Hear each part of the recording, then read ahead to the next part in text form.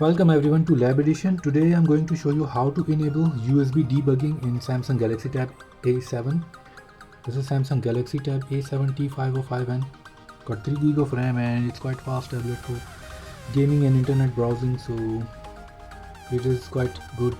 Let me show you how to enable and disable USB debugging in Samsung Galaxy Tab A7. In order to do that, you have to go into the settings. In the settings at the end, you will find About Device. Select About Device. In About Device, you will see a software information. Go into the software information, and here you will find a build number. On the build number, you have to click 7 times to enable developer option. I'm just gonna click 7 times on it. 2, 3, 4, 5, 6, 7. Now it's asking me and authorizing me to enable developer option. Now you already have a developer option.